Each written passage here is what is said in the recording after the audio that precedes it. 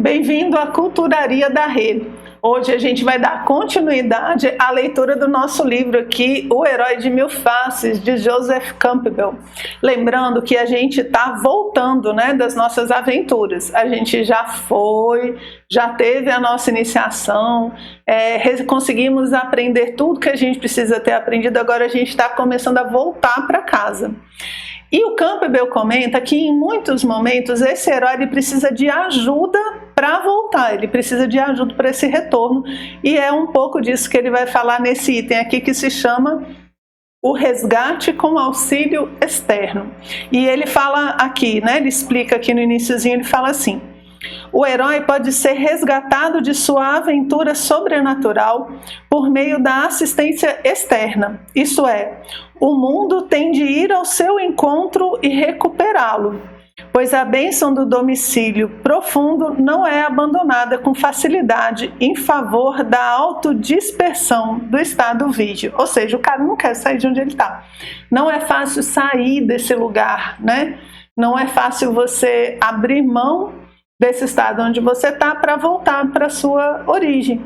E aí, às vezes, o mundo tem que ir lá e chamar ele de volta para ele continuar esse caminho de retorno.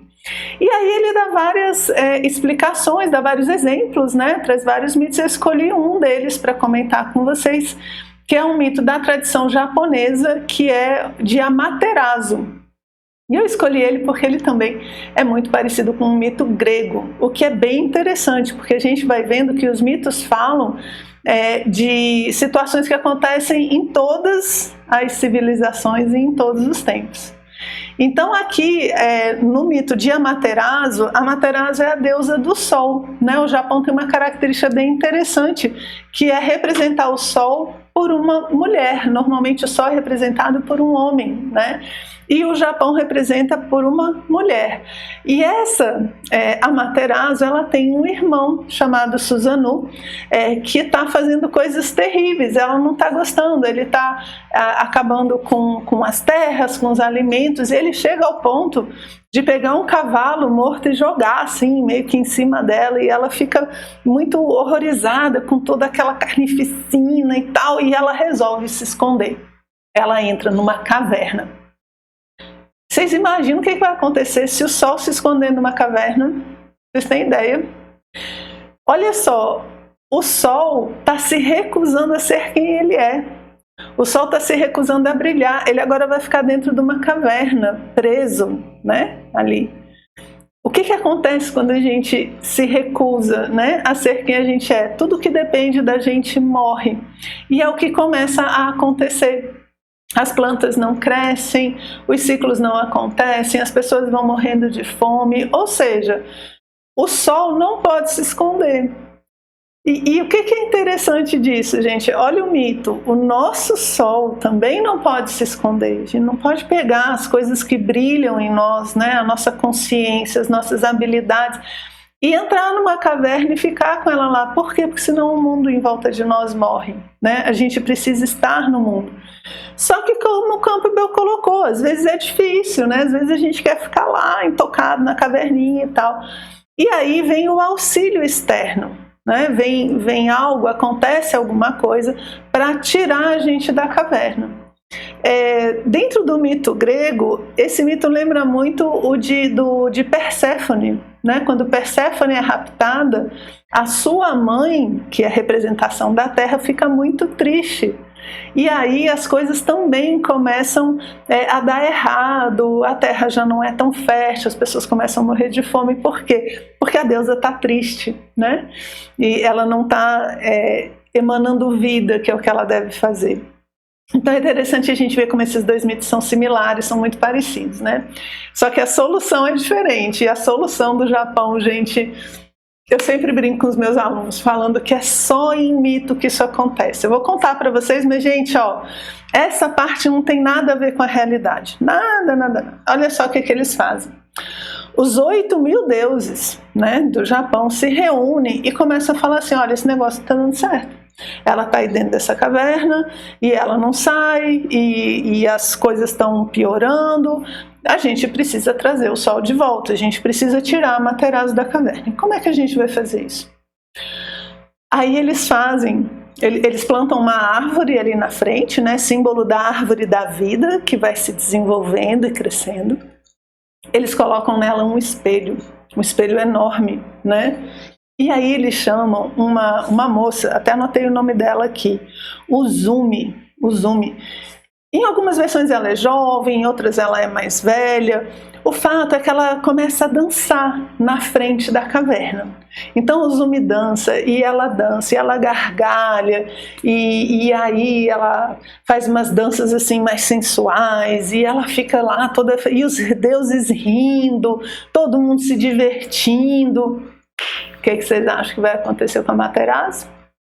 Ela vai olhar e falar assim, que bagunça é essa? Eu sou o sol e não tô lá? E tá todo mundo feliz desse jeito? Ela começou a ficar preocupada. Ela diz, o que aconteceu? Aí ela vai lá para a porta, né? E começa a botar a cabecinha para fora e pergunta, o que está acontecendo? Por que mesmo sem o sol você tem aí 8.000 deuses rindo, você dançando e desse jeito toda feliz, todo mundo cantando? Aí ela fala, deixa eu mostrar para você. Aí ela traz o espelho, né? E ela fala assim, é porque nós agora temos uma deusa melhor do que você. Gente, a deusa ficou meio chateada com essa história. Eu disse assim, poxa vida, vocês que já me substituíram, né? Já estão todos felizes. Por isso que eu brinco, é só no mito que isso acontece, viu, gente? Se isso acontecer na vida real, a gente nunca vai ficar chateada, não, de jeito nenhum. Só que a deusa ficou. Aí ela sai para ver quem é. Ela fala, quem é essa pessoa que é melhor do que eu, né? E aí quando ela sai, ela se vê no espelho. E nesse momento que ela se vê no espelho, atrás dela eles passam uma corda, que é uma corda de bambu simbólica ali dentro do Japão, que dá o limite. Então aquela faixa que eles colocam atrás, né, essa corda, é como quem diz assim, olha, você agora só pode recuar até aqui, existe um limite. Você não pode mais entrar na caverna. Agora que você saiu, né, a gente conseguiu te tirar da caverna, que foi o auxílio externo, você também não vai poder recuar. Por quê? Porque o mundo não pode ficar na escuridão. Então agora ela não pode mais entrar na caverna. E aí quando ela se olha no espelho, né, e ela entende o que está acontecendo, ela resolve assumir de novo o seu lugar, né, e volta a brilhar e as coisas se reestabelecem. Então esse mito de Amaterasu, ele traz como um exemplo desse auxílio externo. E é muito interessante a questão da árvore da vida ali na frente da caverna, né, que é a vida, ela está se estruturando, ela está montando esse eixo. E o espelho é muito bacana, porque quando a divindade se vê manifestada, esse espelho, na verdade, é o mundo. É o mundo manifestado, é a matéria, é a nossa vida, é o nosso cotidiano. Ela está se vendo na matéria. Tem uma frase hindu que eu gosto demais dentro da tradição oriental, que eles falam assim, que Brahma criou o mundo para se ver refletido na matéria. E o espelho mostra exatamente isso. A deusa está vendo todas as belezas que ela pode fazer quando ela se reflete na matéria. E aí ela entende o que os deuses fizeram. Então, se a gente conseguisse entender esse sol dentro de nós, né, tirar esse sol da caverna, a gente poderia ver todas as maravilhas que a gente pode fazer no mundo manifestado, ok?